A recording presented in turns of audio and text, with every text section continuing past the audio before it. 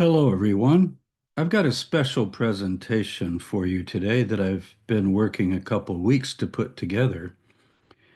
It's very common in my field of the academic study of early Christianity, we call it Christian origins, to conclude that the figure of Jesus, the historical Jesus, was a poor, illiterate, itinerant peasant, a Mediterranean peasant, as he's been called in some major books. And that assumption is very, very widespread. And what I'd like to suggest today is an alternative possibility. I guess you could call this a literate urban cosmopolitan Jesus. By looking at some of the geography and different layers of our reports, particularly in the New Testament Gospels, but also some other sources, I wonder if it's possible to imagine Jesus. And when I say possible to imagine, I mean on the basis of the evidence that we have in our only records, our only texts, as something entirely different than this common image of poor, illiterate, itinerant, uneducated. So let me give you my pitch on that. I've got some slides for you, and I'll share my screen. So, as you can see, the title, Cosmopolitan Urban Jesus, was Jesus an illiterate, impoverished peasant? And here we have a photograph of a very important city that Jesus visited. I'm not going to tell you where it is yet. It might surprise you. But these are the ruins of that city from the Roman period when Jesus lived, in some cases a bit after. This Oxford map of northern Galilee, the northern part of the Holy Land, east and west of the Jordan, is going to be very central to talking about some things here. And I think you can see my cursor moving. Right here is something people overlook. Here is Nazareth right here. And it's got a little red dot by it because it means it's a place mentioned in the New Testament. However, just south and a little bit to the west of Nazareth, you see Jaffa. Now, Jaffa is not to be confused with Jaffa, which is near Tel Aviv today, down south on the coast on the Mediterranean Sea. And sometimes you'll see it spelled different ways. But it doesn't have a red, I don't know if you can see that little red dot. And you see right here, places mentioned in the New Testament. So if something's not mentioned in the New Testament, it doesn't get a red dot. In fact, according to our only first century witness, Josephus, Flavius Josephus, the Jewish historian of the first century, this is the largest town in the entire Galilee, right here. But Jaffa is an urban center of which Nazareth is a suburb. But wait, it goes further than that. What about Sepphoris? It is written a little larger, as you can see. It doesn't have the red dot because it's never mentioned in the New Testament Gospels. Sepphoris is the urban capital. We're talking about a city and a town and a teeny little hamlet. Okay. So here's Nazareth. We say Jesus of Nazareth, Jesus from Nazareth. That's one thing. That's how he's known. Now, today, if you look at a modern map of the Holy Land, you'll see that Nazareth is the largest city, but that's because of Jesus. It's actually a Christian, Arab, Muslim city, and it's very large, and it's constantly visited by millions of pilgrims. So there's Nazareth, the little hamlet. Here's the town Jaffa, and here's Sepphoris. Now, Sepphoris is the largest city in all the Galilee. It's the capital. Herod Antipas, who is the Herod, the son of Herod the Great, who reigned during the time of Jesus, and Jesus encountered him in one particular occasion, but Herod was well aware of Jesus, as we're going to see. He has his urban capital there. Now, I've excavated at the ruins of Sepphoris, so I'm talking about some firsthand things. I'm going to show you slides of places where I've actually dug in the past, back in the 90s. So if Jesus is in this little village, Nazareth, we estimate maybe 200 people. but it's a suburb of Jaffa, which is the largest town, which even further is a suburb of Sepphoris, the largest city in the Galilee. So, how far is Jaffa or Nazareth from Sepphoris? Well, look at the scale of miles. Here's 5 miles right here. And if you lay that down with Nazareth, you get about 4.5 miles. I've walked from here to here quite a few times when I used to excavate there. I would take students to dig with me from UNC Charlotte. And we would walk down to Nazareth for lunch across this valley. It's called the Beit Netofa Valley. It's quite a pleasant little walk. Probably takes about, depends, an hour or so, depending on how fast you walk. But there were ancient roads that went from here to here. So that begins to already give you a picture to think about. This is a city that was built in honor of Tiberius Caesar by Herod Antipas. Caesarea, which was built in honor of the Emperor Augustus, the legal father of Tiberius, is not very far. You can see it's not very far away. That was built by Herod the Great. And then you get lots of other cities talked about. But we're going to investigate the other side of the Jordan. In fact, I could have even called this presentation Jesus Beyond the Jordan. I lead a tour sometimes called Tracking Jesus, Jesus Beyond the Jordan. You know, in all the Jesus movies that I've ever seen, and there are dozens and dozens of them, and basically I haven't been very impressed with any of them. You never show Jesus in the urban setting. I've never even seen a Jesus film that has Jesus anywhere near Sepphoris or anything about Sepphoris. And yet Sepphoris plays a big part in his life. You know, the year Jesus was born, I'm going to put it at 5 BCE. Herod the Great died in 4 BCE.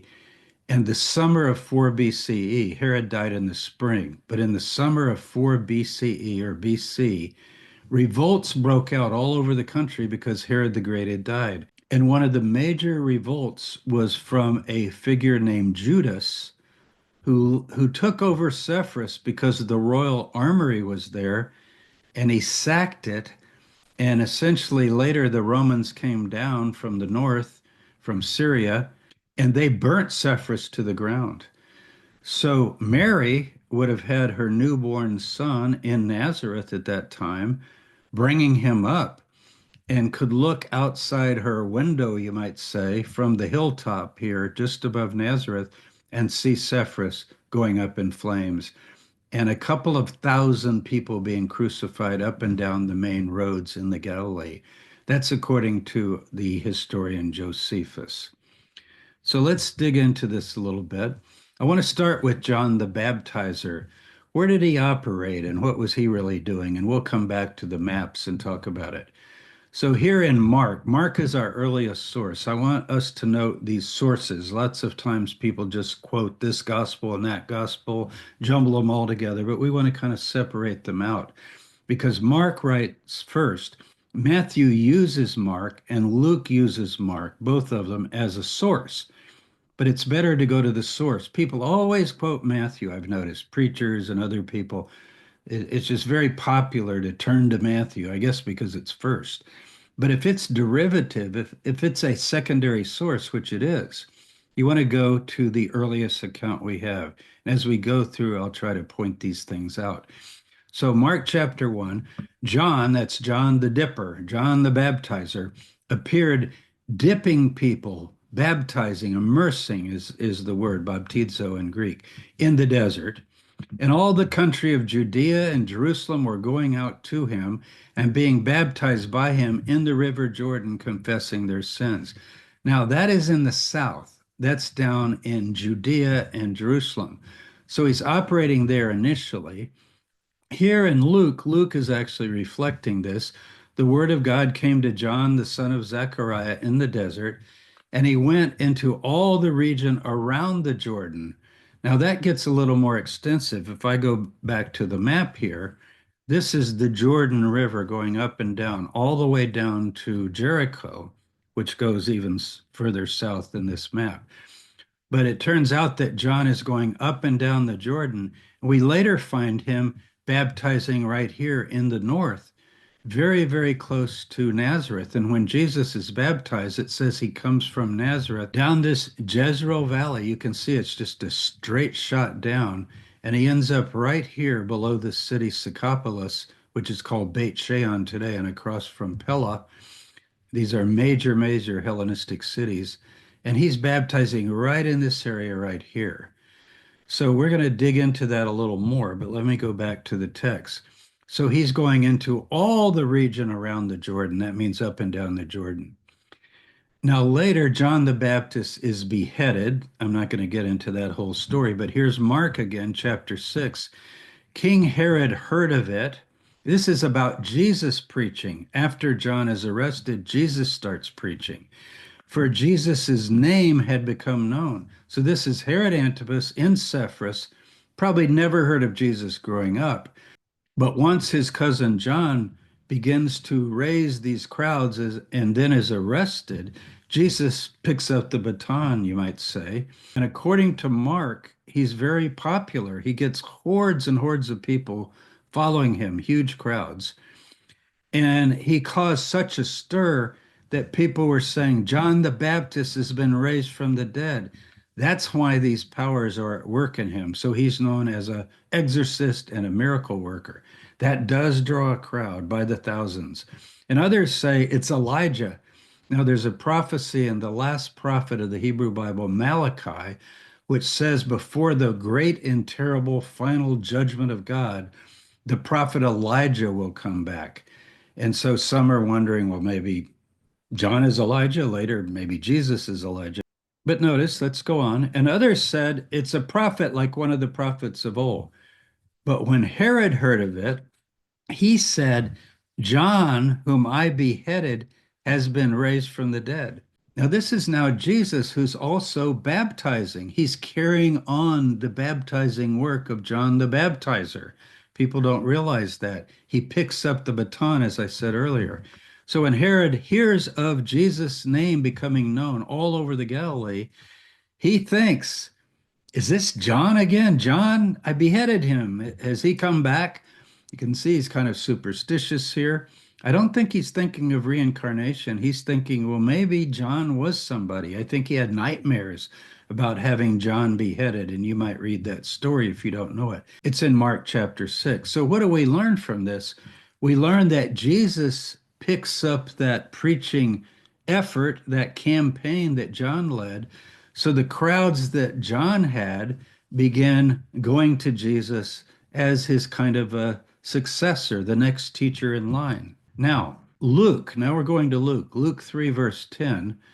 When John the Baptizer is preaching, I want you to notice something about him. These multitudes that are following him, some are Jews from Jerusalem and Judea, and they tend to oppose him.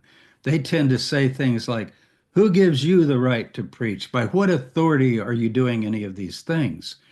But the multitudes like John. They like him very much. He's extremely popular. And they ask him, what should we do? And what does he answer? He who has two coats, let him share with him who has none, and he who has food, let him do likewise. If you took that quote out of context and just read it in almost any church today, you could say, I want to read you a teaching of Jesus. And nobody would say, wait, that's John the Baptist. Jesus gives this same teaching. In other words, it's a singular movement. Jesus is baptizing, as we're going to see, and he actually makes more disciples than even John did. He's more popular than John. So what we really need to see is how popular was John, and then we can also maybe believe that Jesus could also have been very, very popular. Tax collectors also came to be baptized. Now, these are outcasts, people that were collaborating with the Romans. Jesus chose a tax collector, Matthew, or Levi was his name. They take the tribute at the different toll booths and so forth of the Galilee. And they came, they want to be baptized. They tend to be Jewish. They're cooperating with Rome. Notice they call him teacher. Teacher, what shall we do? Kind of reminds you of the Dead Sea Scrolls. You've heard of the righteous teacher, the teacher of righteousness, means rabbi, teacher. What shall we do? And he said, don't collect any more than is appointed you. In other words, don't be a cheat. Be fair. Taxes are taxes. And every country and every society has had taxes. But don't collect more. It's the corruption and the graft that is wrong. Soldiers came and asked him. Now, these could be Herodian soldiers of Herod Antipas. These could also be Roman soldiers, as we're going to see. What should we do? And he said, don't rob anyone by violence. Don't bring any false accusations. And look at this, be content with your wages. Others, don't socially cause disruption and have some military revolt going on. Now, it sounds like this is a kind of a pacifist movement, but remember, it's apocalyptic. The reason you're telling these people not to revolt and rise up is because very soon the judgment of God and the kingdom of God is right at hand, as John and Jesus begin to say. I put a little cue here, and I need to explain that. This is a source that only Luke has. And Matthew doesn't have it parallel, Mark doesn't have it, but I think it originally comes from a collection of the sayings of Jesus. Usually we get that from Matthew and Luke and what they have in common. But if Matthew doesn't use something that was in this hypothetical Q document, then you can see that it wouldn't show up as Q. But what I want to point out as we go along is that these accounts of the popularity and the great crowds that follow first John and then Jesus are coming from a variety of levels or strata within the Gospels. In other words, Luke here has a source that's not from Mark that says, in fact, that John is attracting even soldiers and tax collectors and just multitudes of people. So here in John, now we're going to another source. So we've had what? Mark, and we've had Luke, and we've had Q here, which is a separate source, even though it's in Luke. And now we have John. So you can look this up and get the context, but I can't cover everything here. I just want to kind of pull it out and show you where we are geographically. After this, Jesus and his disciples, and remember, his disciples are former disciples of John. You've heard of Peter, Andrew, James, John, these apostles, these fishermen. They followed John the Baptist. All of Jesus' disciples followed John. And later, when they appoint a replacement for Judas Iscariot, one of the requirements is that that person has to have been with the movement all the way back to John the Baptist. So it's a singular movement. After this, Jesus and his disciples went into the Judean countryside. Now that's in the south. And he, Jesus, remained there with them and was baptizing. So Jesus goes down south, west of Jerusalem, into the countryside, not the desert. So he's actually going west of Jerusalem and baptizing. I've excavated a site west of Jerusalem that is this huge ritual pool of immersion that is connected in legend and history and tradition with John the Baptist. So maybe that's where Jesus went. Who knows? John also was baptizing at Anan near Salim because water was plentiful there and people were coming and being baptized. So I pointed that out on the map earlier. That's where Jesus had come down and initially been baptized. We'll go back to the map and I'll make all that clear. Now, I'm not going to read every word of this, but this is our historian Josephus, Flavius Josephus, in his book, The Antiquities. This was written in the mid-90s CE. Josephus is living in Rome, and he's writing, you might say, an account of the history of the Jewish people. And when he gets down to his own period, he goes all the way through the Hebrew Bible, Antiquities of the Jews, but he gets all the way down to his own time, what we call the first century CE or AD, and he talks about John the Baptist. And there's an occasion where Herod's army, this is Herod Antipas again, who ruled the Galilee, he was defeated by an Arabian army of the Nabateans because he had spurned a wife that he had gotten that was the daughter of the Nabatean ruler. So you can imagine he'd taken another wife.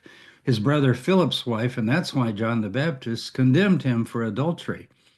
And Josephus says that a lot of people thought that was a punishment God allowed for what he, Herod, did against John, murdered him, the one who was called the Baptist, for Herod slew him who was a good man. And then he gives us what John essentially preached, the message of John, which comes very close to what we have in the New Testament. Repenting of your sins, washing in water, symbolizes that the soul is purified by your righteousness. And many others came in crowds about him, and they were very moved and pleased. So he says that John had this huge crowd. And he doesn't say that Herod killed him because of being condemned for adultery, where his wife Herodias demanded that he execute John. That's our story in Mark 6. But with Josephus, he doesn't know that story maybe. What he says is this, and this I want to read word for word. Herod, who feared lest the great influence John had had over the people might put it into his power and inclination to raise a rebellion, for they seemed ready to do anything he should advise, and he thought it best by putting him to death to prevent any further mischief he might cause and not bring him into difficulties. So he was a prisoner and was put to death in actually a place called Machaerus, where I've been, across the Jordan, where Herod Antipas had one of his palaces. So there you see that the historian Josephus is talking about the huge impact that John the Baptizer had. We open the Bible and think, well, I wonder if anybody heard of him, or are the Gospels exaggerating that these multitudes followed John? No, Josephus was born after John the Baptist. He never met him or anything like that, but he's close to the time and he's researching all of the history of the time. And he said that Herod Antipas feared that John had such popularity that he could raise a rebellion or a revolt, which Herod Antipas would be desperately afraid of, because remember when his father Herod the Great died, there was a revolt in the Galilee, and there was a revolt across the Jordan, and there was also a revolt around Jerusalem, three different revolts in 1 year, 4 BCE. So this is real history here. And I don't find this, reading it, I don't find it exaggerated at all. I think Josephus is being quite judicious in what he reports. So this is a very, very valuable passage. Now, when we then go and read about Jesus and his popularity, you've got to read it in the light of Josephus talking about John the Baptist even coming to the attention of Herod, and Jesus coming to the attention of Herod, and Herod wondering whether he could even be John the Baptist, kind of come back from the dead or something, because he also was so effective in his preaching. So here's our earliest source again, Mark. Jesus withdrew with his disciples to the sea, and a great multitude from Galilee followed. But notice, also Judea, that's the south, and Jerusalem, and Idumea, that's way down below into the Sinai desert, and from beyond the Jordan, all the other side, remember our map, and Tyre and Sidon, a great multitude hearing all that he did came to him. Now that's in Mark chapter 3, right after John is arrested and Jesus begins preaching. He's very successful. A little later in Mark chapter 5, he goes over to the other side of the Jordan and he preaches in Gadara, as it's called here. And the Gerasenes is another term that's used for this area. And he casts demons out of this particular man. And then he tells him, go tell your friends and your countrymen what the Lord has done for you. And then notice this guy who had the exorcisms and the demons cast out. This is when they went down and went into the pigs. You remember that, and so forth. The pigs are legion, which could mean thousands. He went away and began to proclaim in the Decapolis how much Jesus had done for him. Now, Decapolis, remember that word. That means 10 cities, 10 major Gentile Hellenistic-Roman cities, not under the reign of Herod the Great. and not under the reign of the procurator, the Roman governor in Judea at this time, Pontius Pilate. So remember Decapolis. Mark 7, we're moving through. And he therefore arose, this is Jesus, and went away to the region of Tyre and Sidon. And he enters a house. He wants to kind of have some peace. He probably wants to teach people privately and some people that he's already connected with, because remember, he's been traveling in that area. So this is a return visit. But he couldn't be hid. Everybody in this region knows him. Then he returns from the region of Tyre through Sidon to the Sea of Galilee through the region of the Decapolis. And I'm going to show you that on a map in a minute. It's going to amaze you. And they bring to him a man that is deaf. And then Mark 10:1. Remember this. See those two red stars? Remember this, because we're going to get something very important about this later from the Gospel of John. And then he leaves there. This is later on his way to Jerusalem, and went to the region of Judea, that's down south where Jerusalem is, and beyond the Jordan. Whenever you see beyond the Jordan, that means he's crossing the Jordan and going into what we call the country of Jordan today. And these are the cities of the Decapolis. Now, here's a Q passage, that early source that Luke and Matthew have, where you have the slave of a Roman centurion being healed by Jesus. And this man has faith in Jesus. So notice he's not Jewish. Remember all the multitudes that John addressed, including Roman soldiers. So here's a centurion, an officer. And when Jesus heard this, his faith that Jesus could heal his servant, he marveled at him and turned and said to the multitude, this is Jesus, I tell you, not even in Israel have I found such faith. So we think later that, oh, Paul took the message and the gospel of the kingdom to the Gentile world. Well, that's true outside the region of the Holy Land. But we have a lot of evidence that Jesus preached to Jews as well as non-Jews, freely and openly, multitudes of non-Jews. And he's telling them to repent of their sins, and he's telling them to be baptized. So this is not becoming Jewish or joining the Jewish religion or anything of that sort. This is a universal message for humankind as it's presented in the Gospels. This is almost never pointed out. Now, here's Matthew. This is an independent passage. In other words, Matthew has this in a way that Luke and Mark, his source, do not have. Great crowds followed him, notice, from Galilee, that's the north, Decapolis, Jerusalem, Judea, and from beyond the Jordan. What a summary. All of a sudden, it looks like we have a very cosmopolitan Jesus. Now, in Luke 4, which is a unique passage to Luke, so there's another source. So we've got Mark as a unique source, at times Matthew. We've got this Q material. We also got Luke. You see how it permeates all the strata. These strata are written at different times and come at different dates.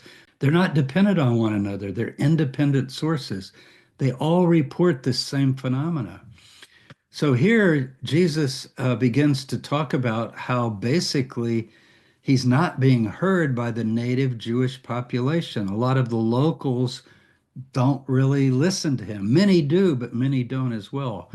And he reminds them that back in the Hebrew Bible, the Old Testament, when Elijah was teaching, he was sent to a widow in Sidon, a Gentile town, north, right? Tyre and Sidon, to a woman who was a widow.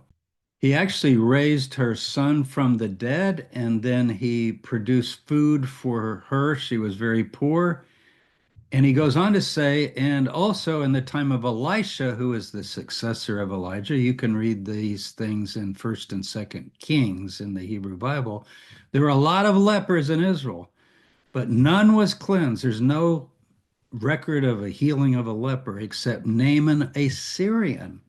So what is he saying there? He's saying that foreigners, outsiders, Romans, Syrians, people from the Decapolis can have more faith than even Israelites. So faith does not depend on your pedigree. It doesn't depend on your DNA, we would say today. It doesn't depend on your ethnic or religious identity. This message that we're getting in the opening of the New Testament is going out into everyone of the region, despite what language or culture, whether they're Jews, whether they're non-Jews. This is a universal message that's going forth early on. So Paul did not initiate this. We're finding it with John the Baptist and Jesus. Here in the Q passage, again separate, Luke and Matthew have this. Jesus begins to denounce Jewish towns that he grew up in and around. Chorazin, up on the Sea of Galilee, Bethsaida. For if the mighty works done in you had been done in Tyre and Sidon, these are Gentile major cities on the coast of the Mediterranean in Lebanon, what we'd call Lebanon today. They would have repented long ago in sackcloth and ashes, but it will be more tolerable on the judgment day for Tyre and Sidon than for you. And then Capernaum, that's even where Jesus set up his headquarters. Let's go ahead. So now we get to the Decapolis, these 10 cities. What are these 10 cities? First of all, Damascus, one of the oldest cities in the world, present day Syria. It's one of the northern cities. Decapolis means 10 cities. Philadelphia, that's the capital of Jordan, Amman, Jordan.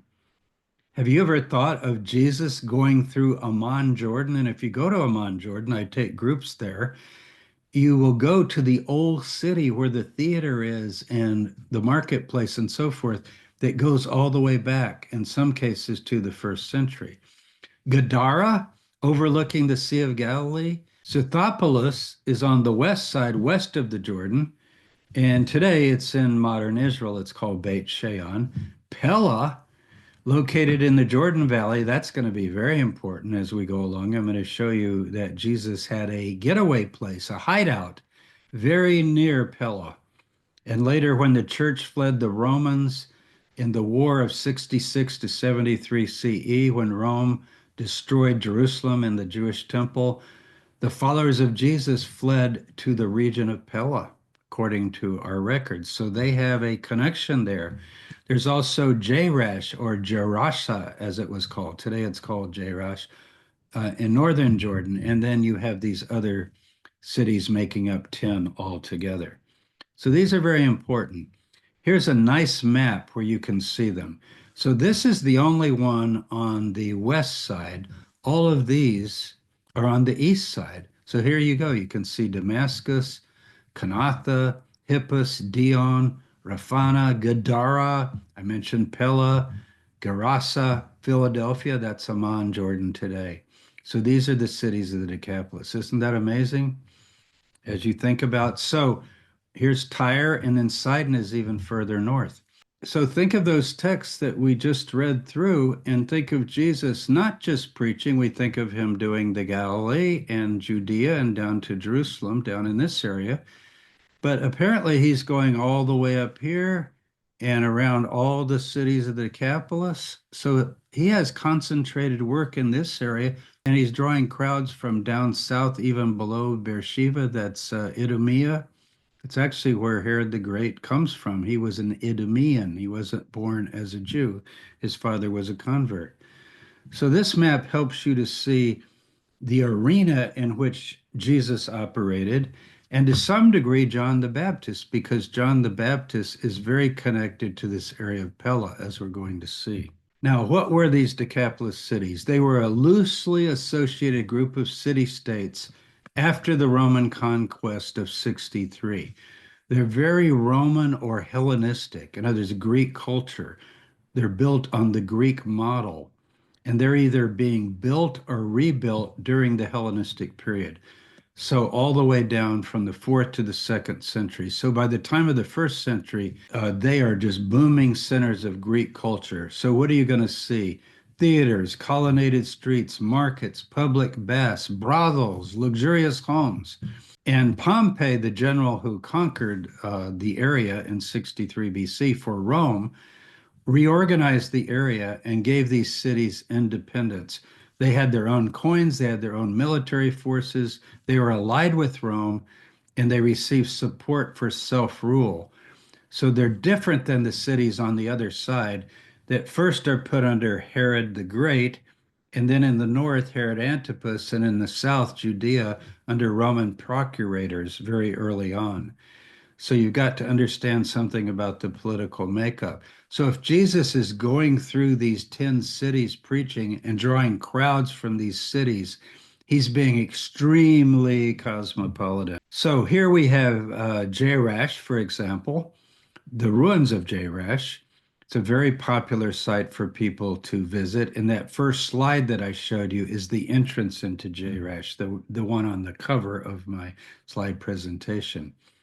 And these columns have been erected again, and you can see the marketplace. And it's a huge site. I'm just showing you a little sample of it. So this is on the other side of the Jordan, Jerash, north of Pella. And here's what some of the streets look down close, where you can see the type of building, so typical of a Roman city. This looks like Ephesus. It looks like Corinth. It looks like Pompeii. It looks like some of the ruins of Rome, temples and theaters and all the things that you would expect. Here are some of the ruins, pretty well preserved, of several of the temples that you can see. Some of this has been re-erected, but there's still an intact foundation that shows us what it might have looked like. So, who thinks of Jesus as preaching in Jerash?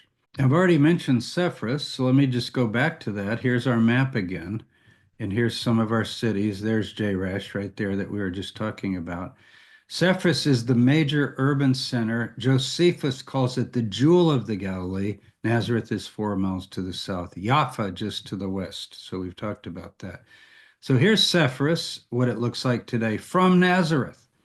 So you can see if you're in Nazareth looking north, there would have been this huge gleaming Hellenistic city here. So rather than imagining Jesus being an impoverished peasant living in a little village out in the middle of nowhere, look at this. This is the distance I was talking about walking. It's not hard to walk. There are good roads going here, and you can just come around like this.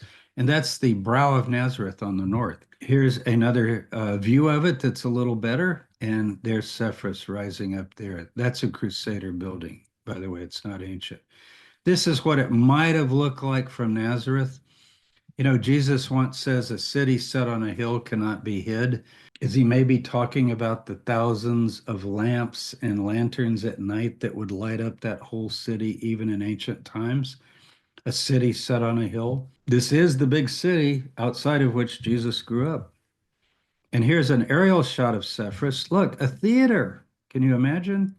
And some of the excavations, and you're going to see here that very little of it has been excavated. And this is Nazareth looking back the other way. So if we go on top of Sepphoris, where that Crusader castle is, and you look back here, this is Nazareth. Look at that. So that changes our view of Jesus to an urban, suburban guy. And this city is being rebuilt during the life of Jesus. And I think you can make a good case that Jesus and his father Joseph and his brothers James, Joseph, Jude, and Simon, they would have worked in the city of Sepphoris probably as stonemasons. The word tecton, usually translated carpenter by most English translations, actually just means builder. We get our word technology from it, and an architect is the chief tecton. And it could well be that Jesus and his family had a building business, maybe stone. Why do I say stone rather than wood? First of all, there's very little use for wood in these ancient buildings. Maybe some door facings and doors would have some wood, but basically it's stone. And all the examples Jesus uses all the time in the Gospels is about building, laying foundations, laying solid stones, buildings leaning, buildings getting washed away, and so forth. You go where the work is, and if Herod Antipas is rebuilding his urban capital into the jewel of all the Galilee, I think it's very likely Jesus and his family business, his father's business, because remember, he's the son of a tecton, and he's a tecton. Here's a nice aerial shot of what's been excavated. There's that Crusader castle again. Up here are very wealthy Jewish homes. And as you would expect at the top, These are modern buildings that we don't have to worry about. But look, if you look this way, this has all been excavated. This is where I excavated right here. In fact, my square that I excavated is right over in here. I can't pick the exact square out, but a square is basically a 5 by 5 meter area that you take down like a honeycomb all the way down to whatever layer you're looking at, and you slowly uncover what is being found.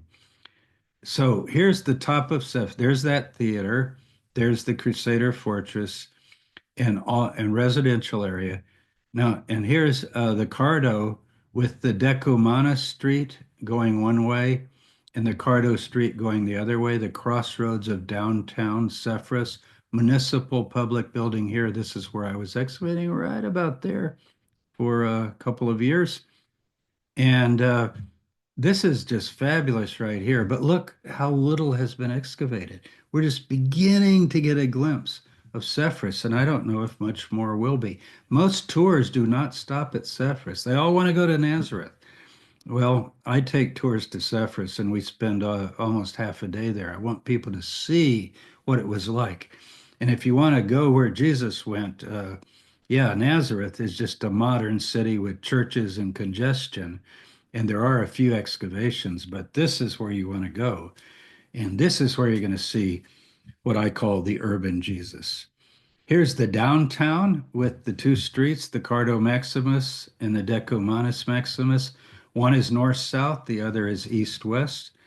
And look how far down you have to go, not even a meter to get to the Roman level. Isn't that incredible?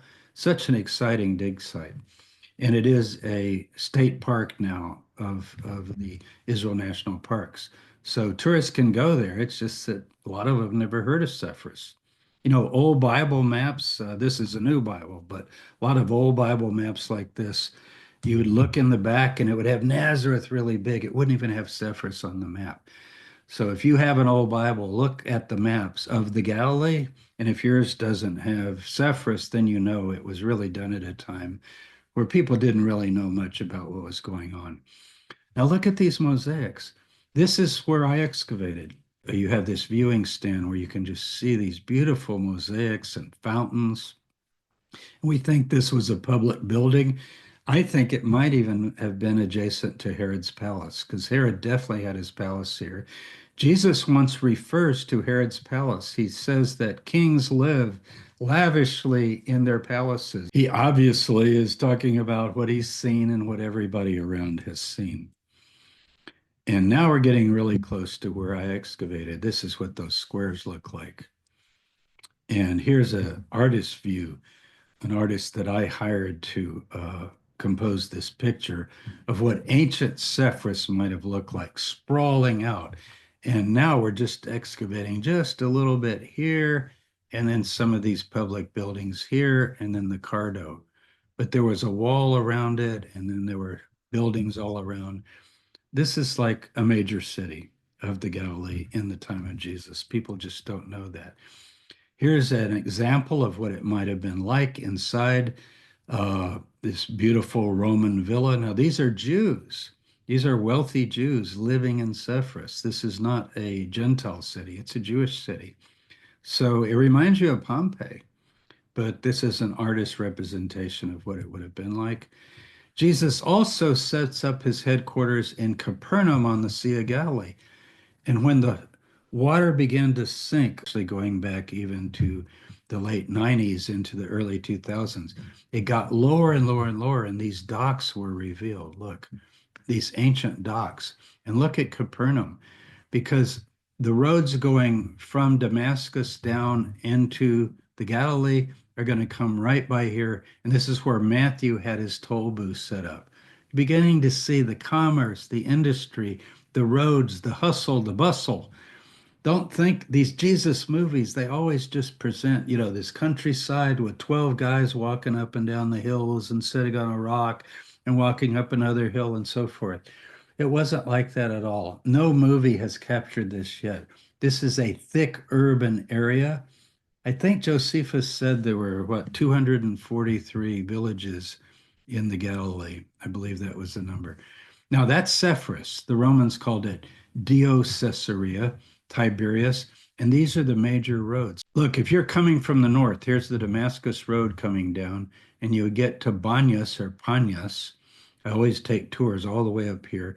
You would then come down the road, and right there, when you got right here, would be Capernaum, where Jesus set up his strategic headquarters. So he's born here just south in this hill area here, and Rapha's right there, and Nazareth is right there. But the road going through goes to the coast, and then this road goes all the way down. And then there's the coastal highway that goes down to Caesarea. So this is not some isolated area. This right here is so thickly populated. Once you get all the way up here and into what's today Lebanon, it becomes more rough, hilly country. But this area right here is basically Jesus country. Now, here's a network of the roads where you can even see more. And here I'll orient you. There's DioCaesarea, there's Sepphoris, there's Tiberias. But look at all these roads. So we read about how Jesus goes from the cities of Tyre and Sidon. He comes down to the Galilee, and then he goes across the Jordan. You see the route he would have taken, and up and down these various roads to hit all of the major cities. This is Jesus country, not just the little area around the Galilee that people tend to think of. Nobody talks about that. I think it's just fascinating to think about. So here's our Galilee map again. And just to review, Anan Salim is where John is baptizing. Look, Pella, one of the Decapolis cities, is right here.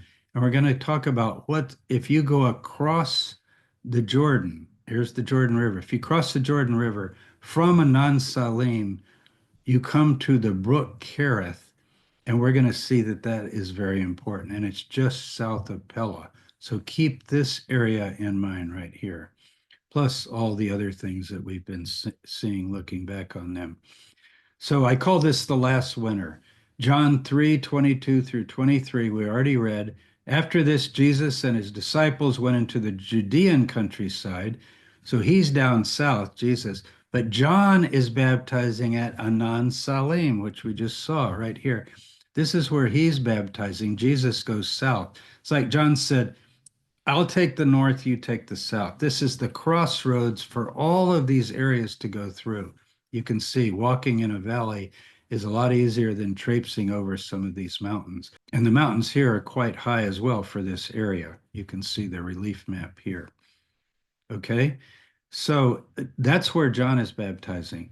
But here's something that very few people have noticed. Remember Mark 10? I put those two red stars by it, where Jesus leaves the west side and goes to the east side into the region of Judea and beyond the Jordan.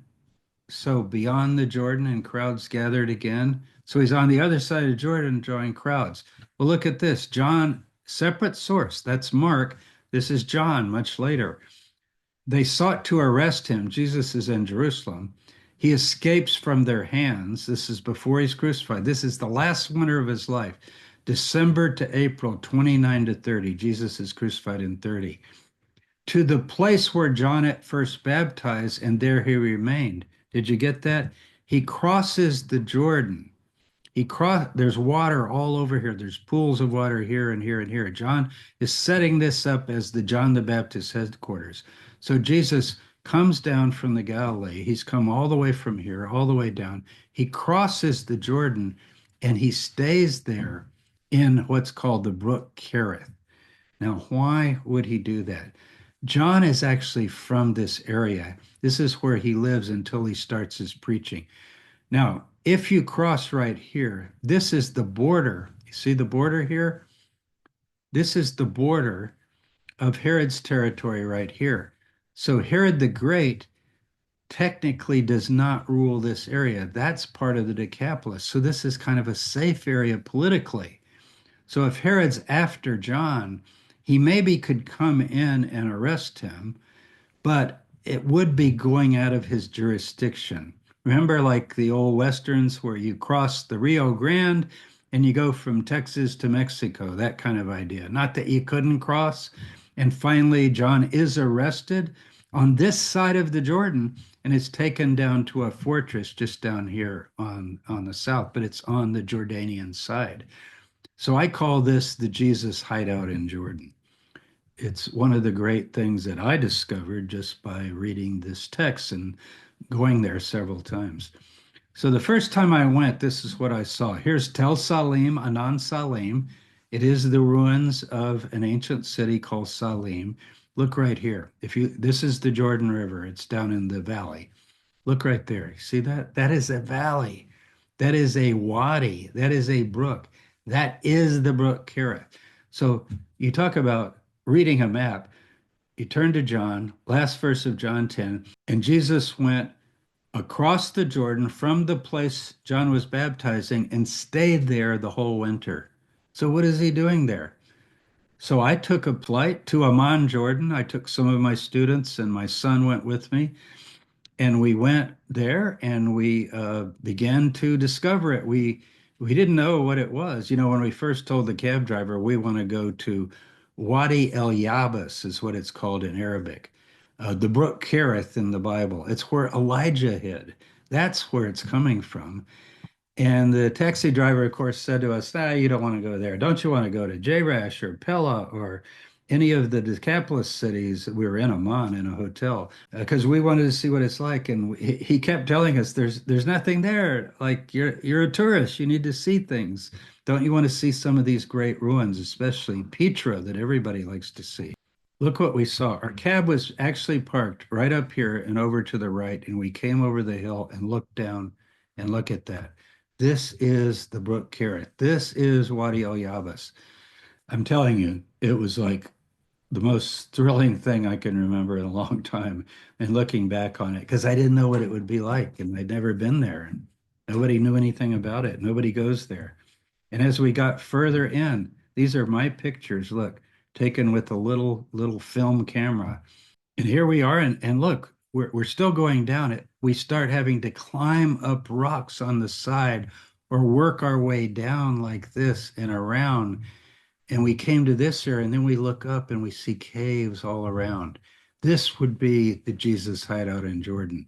So I had my artist, Balaj, draw what that might be like if some of the Jesus people were camping up here, washing, maybe getting water, fresh water, and maybe are living in caves. There's caves on both sides. You're completely protected by these rocks as you get in, and then you have this kind of peaceful area.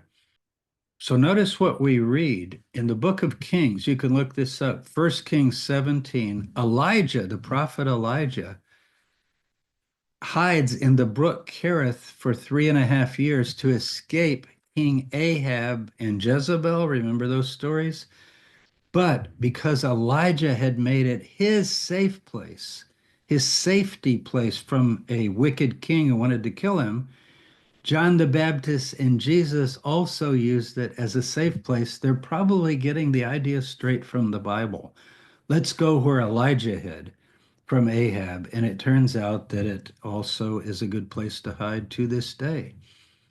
Now, the historian Eusebius, this is the 4th century Christian historian, he says that the followers of Jesus fled Jerusalem prior to the outbreak of the Jewish revolt. That would be in 66 to 73. And in 70, Rome was destroyed. He says they were commanded by a revelation to leave the city. Well, in the Gospels, Mark 13, Jesus told them, flee to the mountains, leave the city when you see the Roman legions coming in. And they fled to a certain town of Perea called Pella. I don't think he knew this region, and he certainly didn't think they went into Pella, but it's a region or a district of Pella that includes the area just south on the map, and those are the mountains. There's also a prophecy in the book of Revelation, chapter 12, that when the followers of Jesus are persecuted by Satan, the dragon, that the woman, who is the church, as it's called today, fled into the wilderness to a place where she's to be nourished for a time, times, and half a time. So get this, Elijah hides in this area from Ahab. John the Baptist hides in this area from King Herod Antipas. Jesus hides in this area before he goes down on Passover and is crucified by the Romans. And the followers of Jesus, but they leave in 66, 7, or 8. We're not sure exactly when they left, maybe 3 or 4 years before the destruction of Jerusalem. And where do they go?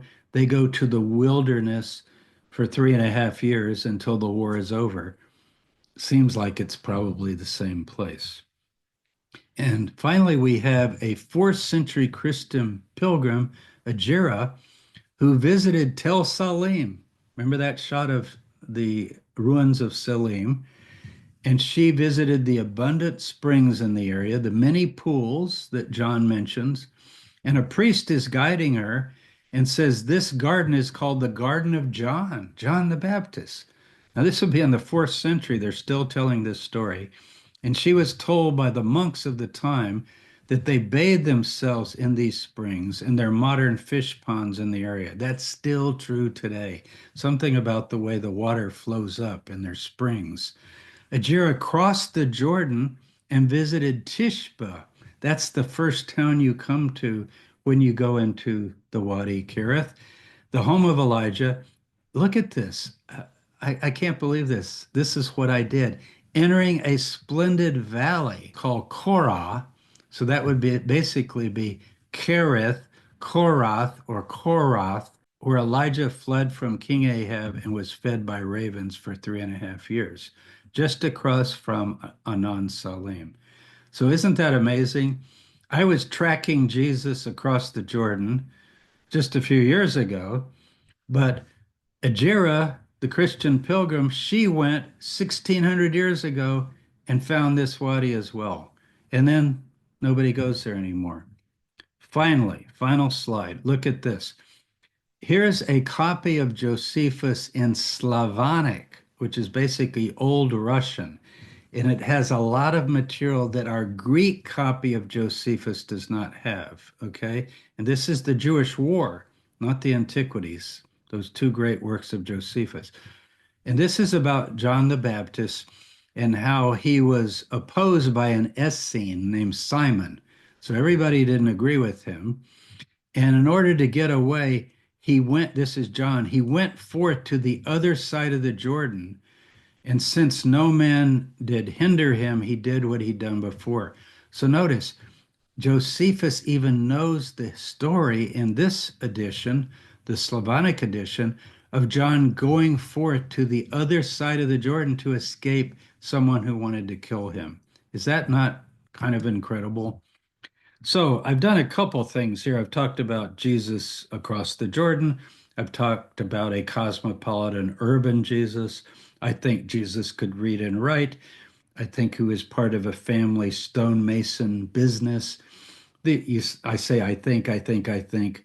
Look, nobody knows, but I'm looking at sources. I'm looking at the texts that we have from a variety of layers of traditions, and this is what comes to us. And I think it makes sense. And I think you have to fit any kind of reconstruction of the historical Jesus into the picture that we have. And to really see it, you have to go there. And there's more that I could say, but this has gone long enough, and you get kind of an overall picture, and you can look at those maps and study them and so forth. So take care, everyone, and I'll see you next time.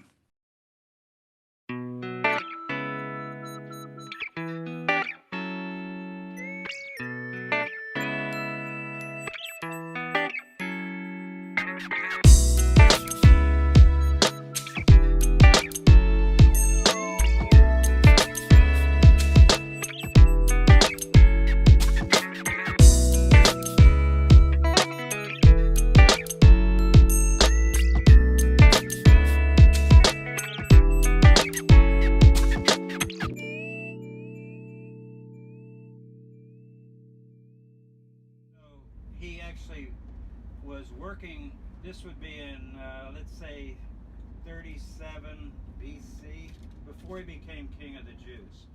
Sepphoris is the urban capital of the entire Galilee.